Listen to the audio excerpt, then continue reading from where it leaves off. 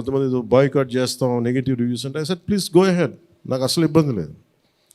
ఎందుకంటే నేను రోడ్డు మీదకి వచ్చి నేను ఏమనుకుంటానంటే చాలాసార్లు నేను సినిమాలు ఆడనివ్వు, నేను రానివ్వు అంటే ఎక్కడో నెల్లూరులో ఉండి చిన్న వీధుల్లో పెరిగినోండి, ఇక్కడ దాకా రావడమే గొప్ప.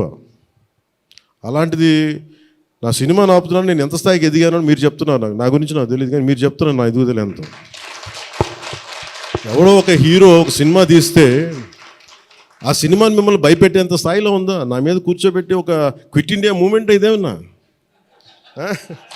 ఇదేమన్నా క్విట్ ఇండియా మూమెంట్ లాగా బాయ్కాట్ అంటే ఏం చేస్తారు చేసుకోండి అన్నాను. ఏం ఫరక్ పడుతుంది, ఏమీ తేడా పడుతుంది? నథింగ్. ఇవన్నీ చూడకుండా జీవితంలోకి వస్తామా? ఇవన్నీ ఇంతకుమించి మేము చూడలేదా? దెబ్బలు తినకుండా వస్తామా జీవితంలో? అందుకని ఇలాంటి తాటాకి చప్పుళ్ళకి మీ పదే పదే బెదరు. ముఖ్యంగా నా అభిమానులకి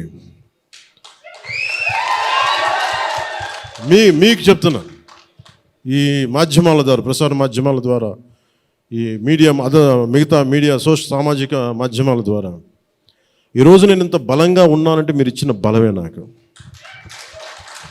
నేను ఎంత ఎదిగానో నాకు తెలియదు, నేను ఏం చేశానో నాకు తెలియదు, కానీ నాకు ఒకటే తెలుసు, ధైర్యంగా ఉండడమే తెలుసు. నాకు డిప్రెషన్ ఉండదు. ఎందుకంటే నేను డిప్రెషన్ అనేది ఎందుకు ఉండదంటే నాకు బతకడం చాలా అద్భుతమైన విషయం అనిపిస్తుంది, మోర్ దెన్ సక్సెస్. అందుకే నాకు ఇప్పుడు డిప్రెషన్ ఉండదు. ఇంట్లో కూడా చాలాసార్లు కూర్చొని నా కొడుకు కూడా చాలా డిప్రెషన్గా ఉంటే వాడికి ఏం చెప్తాను, రోజు అన్నం మానేరండి. ఎందుకంటే డిప్రెషన్ ఈజ్ ఆల్ క్రియేటెడ్. అలాగే ఇప్పుడు సడన్గా నేను ఎందుకు చెప్తున్నాను, ఎందుకు రెలవెంట్గా చెప్తున్నానంటే, సార్ మన సినిమా గురించి నెగిటివ్గా మాట్లాడుతున్నా అంటే, అదే నెగిటివ్గా మాట్లాడుతున్నా అంటే మనం బలంగా ఉన్నామని అర్థం. మనం బలంగా ఉండబట్టే మన మీద నెగిటివిటీ ఉంటుంది. పక్క మన బిడ్డలు రాష్ట్రం కోసం మన ప్రాణత్యాగం మనం చేసుకుంటే, సినిమా యాక్టర్ అయిన పవన్ కళ్యాణ్ ఆనాటి నుంచి ఈనాటి వరకు మనకు వ్యతిరేకమే. ఇవాళ కూడా ఆయన మాట్లాడుతున్నాడు, తెలంగాణ నాయకుల దిష్టి కళ్ళతోని కోనసీమ పాడైంది అంటున్నాడు. మనం ఎన్నడూ దిష్టి పెట్టలే. కోనసీమ బాగుంది, కోనసీమ ఎట్లుందో అట్లా తెలంగాణ కావాలనుకున్నాం తప్పితే, ఏనాడు కూడా తెలంగాణ బిడ్డలకు మనస్సు చిన్నగా ఉండదు, పెద్దగా ఉంటుంది, పెద్దగా ఆలోచిస్తాం. మేము ఇప్పుడు కూడా చెప్తా ఉన్నాం, పవన్ కళ్యాణ్ గారు మా రాష్ట్రం ఏర్పడి 12 సంవత్సరాలు అయింది. ఈ 12 సంవత్సరాల్లో మేము ఎప్పుడు కూడా ఒకటే మాట అన్నాం, జై తెలంగాణ జై ఆంధ్ర అన్నాం. తెలంగాణ ఎంత బాగుందో ఆంధ్ర కూడా బాగుండాలన్నాం. నేను ప్రత్యేకంగా లోక్సభలో నిలబడి ఆంధ్రకు ప్రత్యేక హోదా కూడా ఇవ్వాలని అడిగిన.